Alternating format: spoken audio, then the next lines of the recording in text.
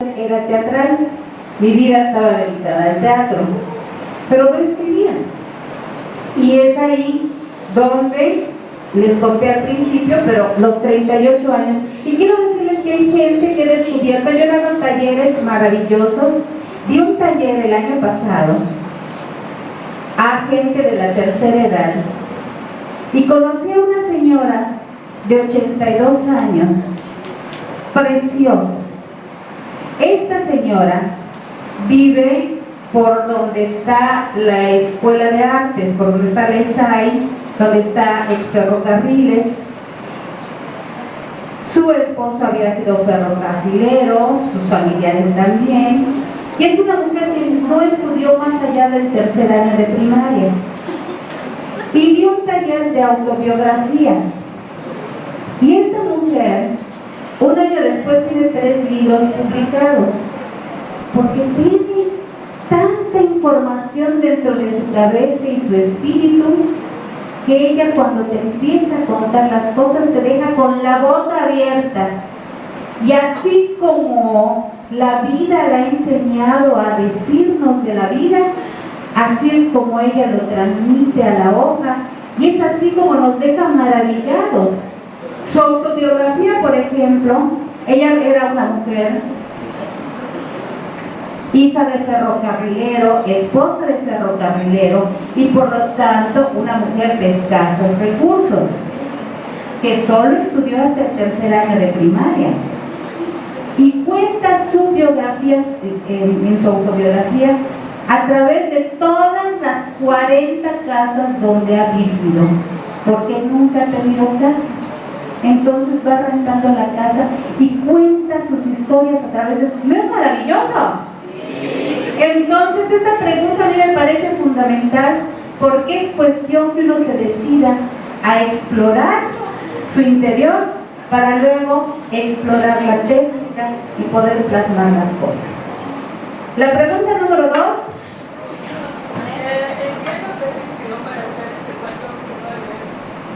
Bueno, esto es muy sencillo. Tengo un hijo pequeñito que vive en mi corazón, que tiene 28 años, 2 hijos, un divorcio, un nuevo casamiento.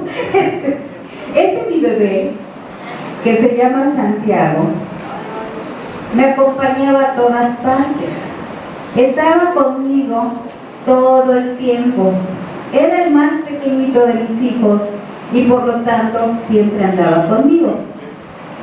Y un día nos fuimos a Campeche y él tendría, ¿qué? Cuando me están contando todo el cuento, me está imaginando Campeche. Precisamente. La parte de las torres que dijo y las almenas. Sí, exacto, de eso se trata. Nos fuimos a Campeche y nos fuimos al museo. Y él estaba en todo menos en el museo. Y es a partir de ahí es que cuento esta historia. Y por supuesto uno tiene que elegir las palabras para que la gente pueda decir, pero las palabras son muy valiosas, porque quiero que cierren otra vez los ojos, por favor, cierren los ojos. Voy a decir una palabra y luego me van a explicar con la imagen de esa palabra. Una sola palabra les voy a decir, ¿de acuerdo? Va la palabra. Silla. Abran sus ojos. Muy bien. Quiero que me digan la silla que vieron. ¿Cómo era tu silla? Tu silla era de madera. ¿Cómo era tu silla? Su sillón grande que tiene en su casa. ¿Cómo era tu silla? Tu silla era de metal. ¿Y tu silla? cómoda. Imagínate, pobrecito, su subconsciente le está diciendo que ya no aguantan sus nachitas. Bueno, les quiero decir que es en la magia de las palabras. Tú dices una palabra y te viene una imagen, para que logremos lo que él percibió, que vean precisamente a Campeche, ¿verdad? El fuerte y museo de Campeche. Necesitamos acompañar esa palabra con otras palabras. Por ejemplo, si yo les digo a ustedes reina, si yo les digo a ustedes la palabra reina, ¿sí? Si yo digo la reina de Montejo, tiene un significado. Si yo digo la reina Isabel de Inglaterra, tiene otro significado. Entonces, elegir una palabra y ponerle otras palabras alrededor es importante para lograr la imagen perfecta. Muy bien, vamos con la tercera pregunta. Es importante una dedicación a la escritura de edad temprana. Empezar a la edad de ustedes tiene una ventaja. La ventaja que tienen es que todo lo van a hacer con gran pasión. Pero tiene una desventaja, el maldito ego. ¿Sí? Se creen inmediatamente que son estrellas. Apenas les dicen, qué bonito escribe, entonces ya afirman, soy escritor. Conozco a un exalumno mío que en una ocasión estábamos chateando y me enseñó un poema de él, lo leí, él me pidió algunas observaciones, se las hice y luego me dijo que andaba deprimido y le dije, a los escritores suele pasarles. Y él me contestó, yo no soy el escritor, soy un poeta. Exacto. Entonces yo le dije, existen médicos y existen ginecólogos, existen sastres, ¿verdad? Y existen especialistas en trajes de noche. Es decir, tú tienes que ser un escritor para luego ser un poeta, porque tú tienes que saber todo y luego especializarte en algo. Así que la edad de ustedes es perfecta para comenzar a escribir, para que sean los médicos de la palabra y luego los especialistas en un género. ¿Sale? Muy bien. Vamos con la cuarta pregunta. La obra que más he disfrutado. Mira, en cuanto a literatura para niños, este libro de Eso de andar en la mar. En cuanto a obras de teatro, un híbrido que juego mucho, por ejemplo, que es algo como teatro del absurdo y se llama Solo para pies. Es una obra que tengo escrita solo para pies.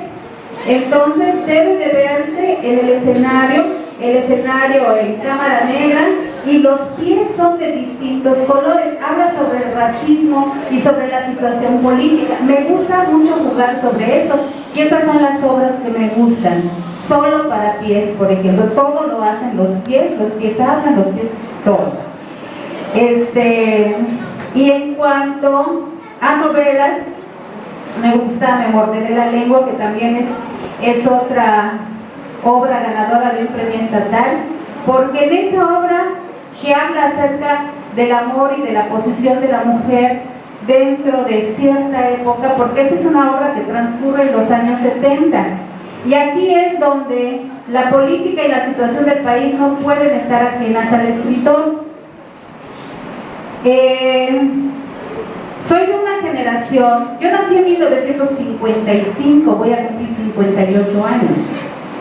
Entonces, cuando nosotros estudiamos la preparatoria aquí en Yucatán, porque ustedes ahorita todo lo tienen fácil, déjenme decirles, cuando nosotros estudiamos la preparatoria, en los años 70 solo existía una escuela preparatoria del gobierno. Las demás escuelas eran escuelas privadas, solo los que podían tener mucho dinero podían tener acceso a la educación. Yo estudié en la primera secundaria abierta a hijos de trabajadores y estudié en la primera escuela preparatoria abierta a los hijos de trabajadores. Y junto con el maestro Jorge Lara y muchos otros maestros hemos luchado para que se abran estas escuelas.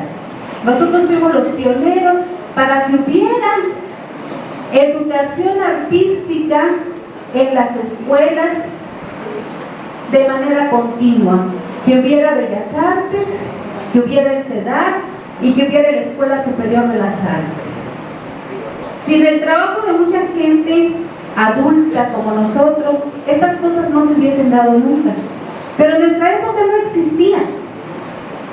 existía nada de esto. Entonces, era muy importante. Además, la mujer, vean, las mujeres, cuando yo nací en 1955, no tenían derecho a votar, no existían como ciudadanas.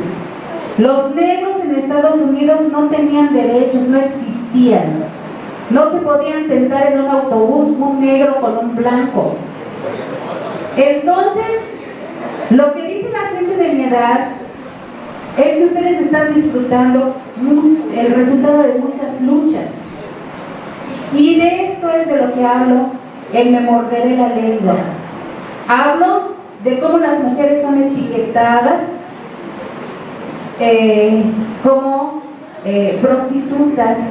Por ejemplo, una mujer que está divorciada, ¿verdad? Como en aquella época se le etiquetaba, es una mujer acostumbrada a coger y por lo tanto es una mujer que cualquiera le puede proponer tener relaciones porque pues ella está acostumbrada a eso.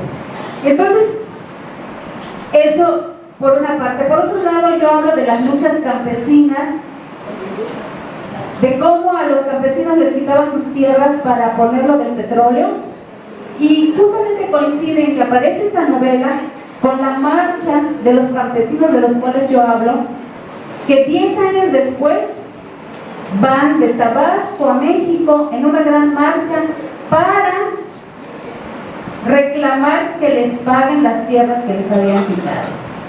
Bueno, esto es más o menos. Y la última pregunta, sí. ¿Qué es lo que más le gusta a la literatura para niños? Jugar en la internet, en Facebook. Y ahí me pueden encontrar. Mer Baljaro, estoy en 2 lugares. Tengo 2 de Facebook, una con mi nieto y una solo de mi nieto. Entonces, muy bien, muchas gracias por invitarme.